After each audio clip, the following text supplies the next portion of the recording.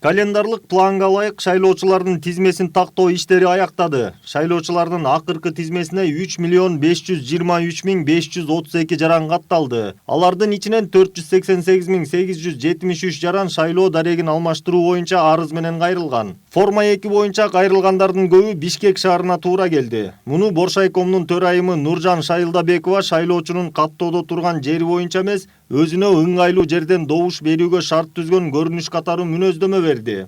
Эгерде шайлоочулар ушу добуш берүү күнүндө башка жерде жана каттоо белгисине ылайык эмес жерде болсо, анда ошол ылайык болгон шайлоо участкага жазылып, ошол шайлоочулардын тизмесине киргизилип, ыңгайлуу болгон жерде добуш берүүгө укуктуу. Бул конституциялык мыйзамда белгиленген тартип боюнча жарандарыбыз ушул добуш берүү күнүнө 15 күн калганга чейин форма 1 арыз менен эгерде тактоо иретинде болсо, же болбосо форма 2 арыз менен эгерде башка участкага барып шайлаган ниети бар болсо, арыз менен кайрылып ошол мүмкүнчүлүктү пайдаланса болчу. Жогорку кеңештин 7-чакырылышынын депутаттарын шайлоого жалпы 2472 шайлоо тилкеси уюштурулду. Анын ичинен 45 шайлоо участкасы чет мамлекеттерде түзүлдү. Бул ирет 32580 чет жерде жүргөн мекендештерибиз парламенттик шайлоого катышууга мүмкүнчүлүк алды. Тышкы иштер министрлиги боюнча дагы айтып кетет элем.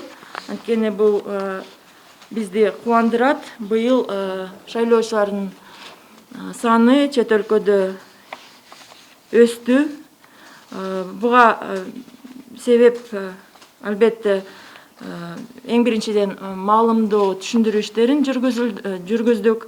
Ошондой эле ушул процесстин алкагында жанагы туруктуу авиакаттамдар башталгандан бери биз бир нече мобилдик топторду түзүп, ушул чет өлкөдө биздин жарандардын уюмдары менен байланышта болуп, ошондой чет өлкөгө барып жолугушууларды өткөрүп келдик. Ошонун натыйжасында чет өлкөдөгү 45 участкада 30 миңден ашык жаран шайлоочулардын тизмесине киргизилди. Жогорку кеңештин депутаттарын шайлоого даярдоо жана өткөрүүдө коомдук коопсуздукту камсыздоо тапшырмасы Ички иштер министрлигине жүктөлгөн. Аны көзөмөлдөөгө 11500 милиция кызматкерлери тартылган. Буга карабай шайлоонун мыйзамдарын так сактабай тартип бузуулар катталууда, дейт Ички иштер министринин орун басары Мирлан Каниметов. Тартип бузуу боюнча кылмыштар жана жооптор бирдиктүү ээсинин каттоого алынган ички иштер органдарынын тарабынан 236 маалымат келип түшкөн. Бул региондор аралык карап кетсек, Бишкек шаары боюнча 60, Ош шаары боюнча 13, Чүй областы боюнча 42, Ош областы боюнча 47, Жалал Абад областы боюнча 33, Нарын областы боюнча 13, Ысык Көл областы боюнча 14, Талас областы боюнча 5, Баткен областы боюнча 9. Булар алынган маалыматтар кылмыштар жана жооптардын бирдиктүү ээсине катталды деп айттык.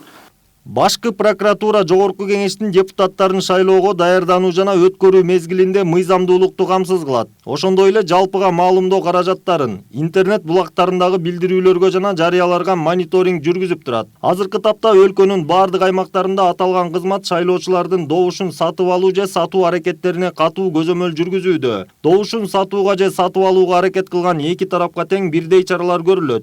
Форма 2 боюнча жана добуш берүү күнүнө 15 күн калганда аяктайт. 19 сентябрда аяктады. Аз форма 2 боюнча арыз берилбейт. Бирок тилекке каршы бизде да ошондой сигналдар түшүп атат. Эгерде андай сигналдар болсо, биз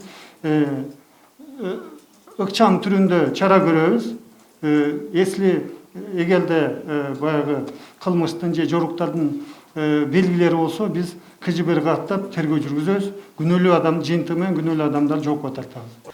Башкы прокуратура органына үгүт иштери учурунда шайлоо мыйзамдарын бузган 82 факты келип түшкөн. Анын 46-сы кылмыштар жана жоруктардын бирдиктүү реестрине катталган. Учурда аларга шайлоочулардын добуштарын сатып алуу, шайлоо кампаниясын каржылоонун тартибин бузуу жана шайлоо документтерин бурмалоо беренелери менен тергөө иштери жүргүзүлүп жатат. Айдар Темиралиев, Эмил Таалайбек уулу, Пирамида.